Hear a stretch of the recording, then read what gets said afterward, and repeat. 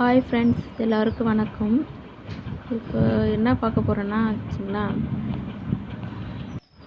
இப்போ என்ன பார்க்க போகிறோம் பார்த்திங்கன்னா, நம்ம சின்ன சின்ன செடியெலாம் வந்து தோட்டத்தில் போட்டுருக்குறோம். என்னென்ன செடின்னு சொல்லிட்டு உங்களுக்கு நான் சொல்கிறேன். நான் குண்டுமல்லி செடிலாம் இப்போ கொஞ்சம் போட்டுருக்குறோம். நாங்கள் இப்போ தான் செடி வந்து வளர்ந்துக்கிட்டு வருது.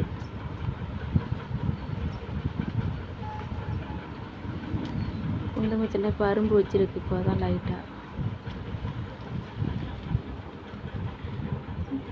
செடியெல்லாம் பெருசான பிறகு நல்லா அரும்பு எடுக்கும். இப்போ சின்னதாக செடி இருக்கிறதுனால லைட்டாக தான் வந்து அரும்பு 1-2 இந்த மாதிரி எடுக்கும். செடியெல்லாம் பெருசான பிறகு அந்த சீசன் டைமில் நிறைய நமக்கு அரும்பு கொடுக்கும். ஆனால் வந்து இந்த செடியை வந்து நம்ம வந்து கரெக்டாக பார்க்கணும். இல்லைன்னா வந்து பூச்சி வந்து அதிகமாக வைக்கும், செடி வந்து வளராது.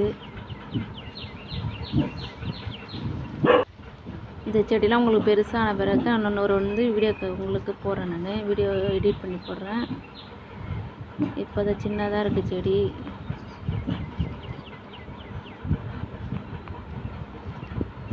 இந்த செடிலாம் வைக்கும்போது ரொம்ப சின்ன கண்ணாக இருந்தது.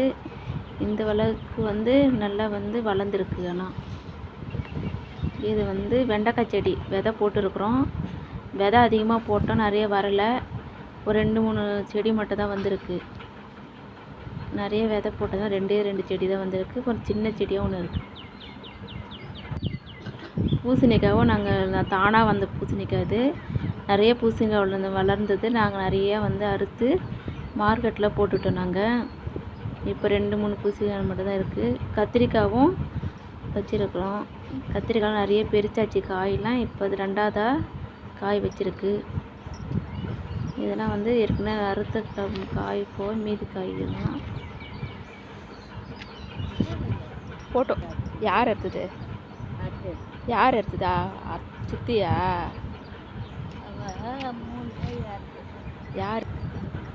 பூசணிக்காய். அது 2ஆவது பூசணிக்காய். 2 பூசணிக்காய் மட்டும் தான் வந்து செடியில் இருக்குது. ஏற்கனவே பூசணிக்காய்லாம் இருந்தது, அறுத்து நாங்கள் வந்து மார்க்கெட்டில் போட்டாச்சு. இது பாவக்குடி, தானாகவே வளர்ந்து வருது பாவக்குடி.